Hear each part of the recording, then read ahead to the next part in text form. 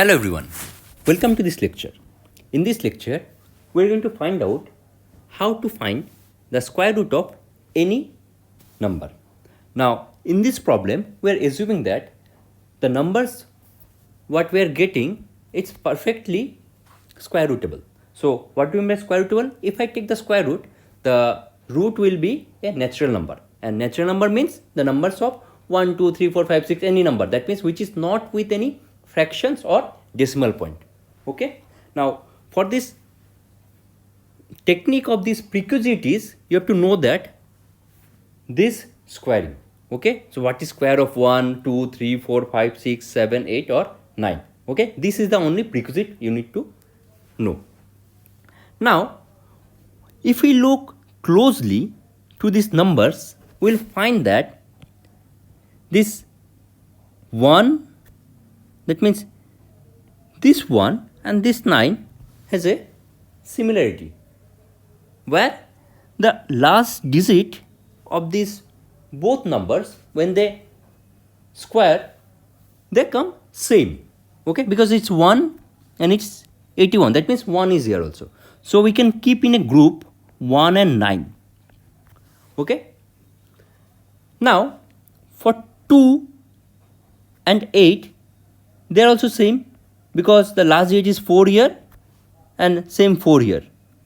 Okay. Now, 3 and 7, they also belongs to same group because of 9 and 9 here.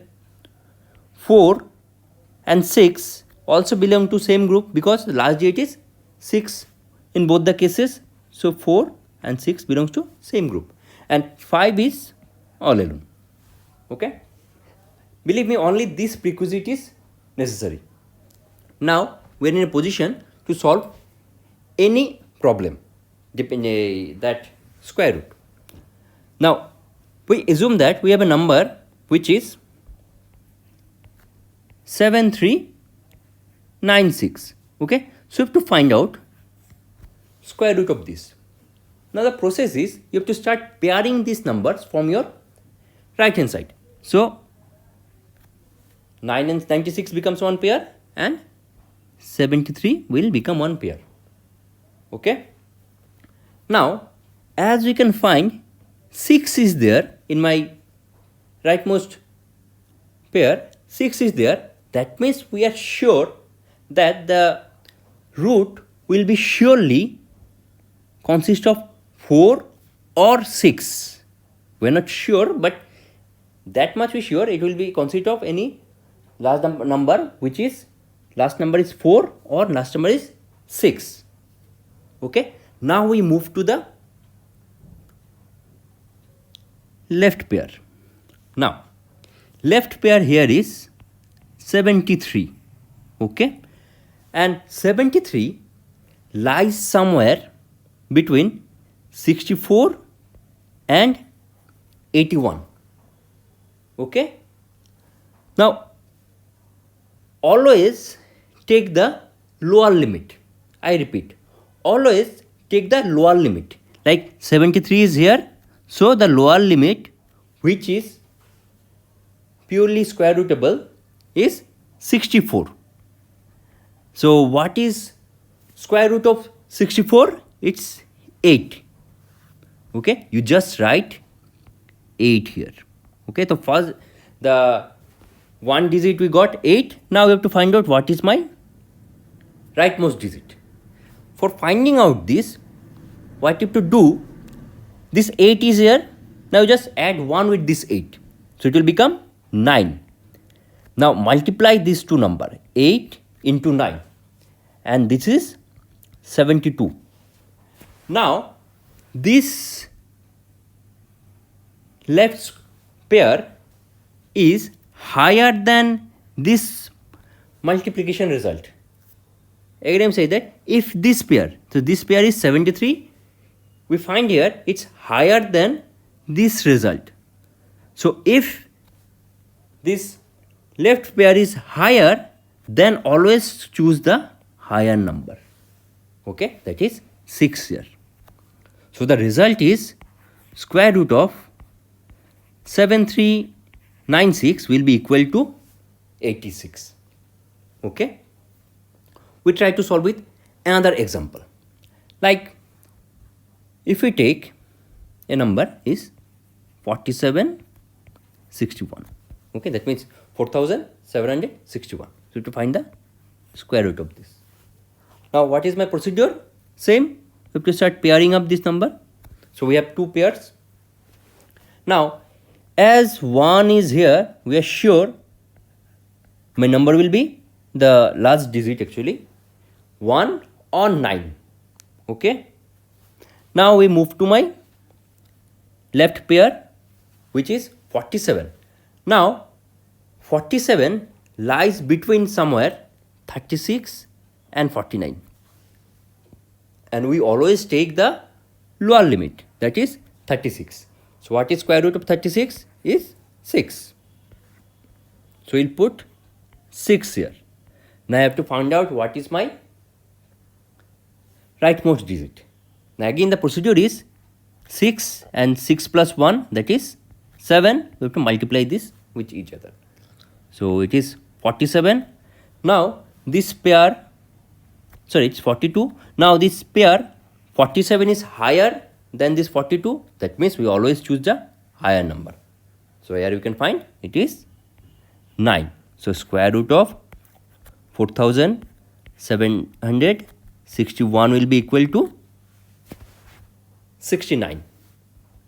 Now let's try with another example. I have to find out the square root of 5041. We start pairing up. It's done. Now my last digit is 1, so it's for sure it will be 1 on 9. Okay. Now we come to my left pair, which is 50. Now where this 50 lies?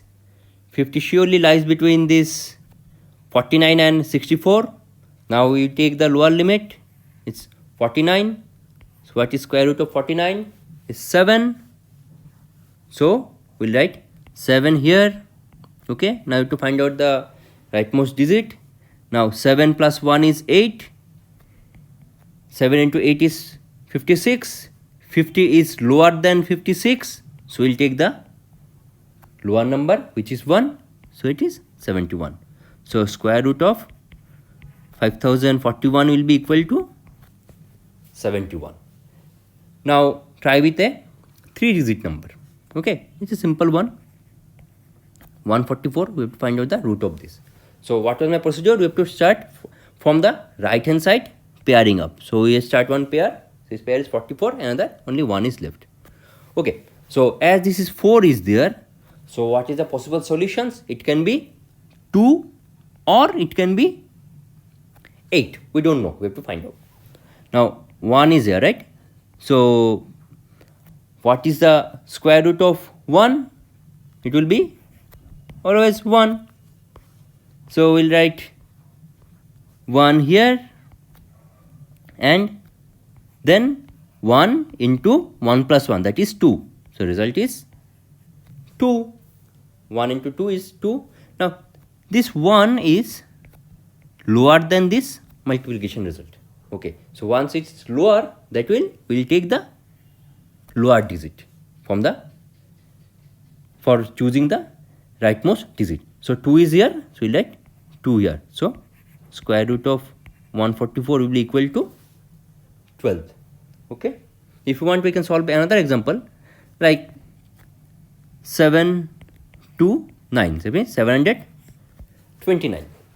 Now again we started the pairing up. So 29 is a pair and 7 will be left alone. So as there is 9 is there, so it can be 3 or it can be 4 in the rightmost digit. Now we come to my 7. So 7, where 7 lies, you can see 7 lies somewhere between 4 and 9. So what will be the lower limit? It's 4. So square root of 2 is 2. So we'll write 2 here. Okay, now time to choose my rightmost digit. So 2 into 2 plus 1, which is 3, equal to 6. Now this 7 is higher than this 6. Okay, so as 7 is higher, so we'll always take the higher number for my choosing rightmost digit. Now 9 will just sit here. So square root of 729 will be equal to 29. Okay. Hope you guys understood the method. Thank you for watching.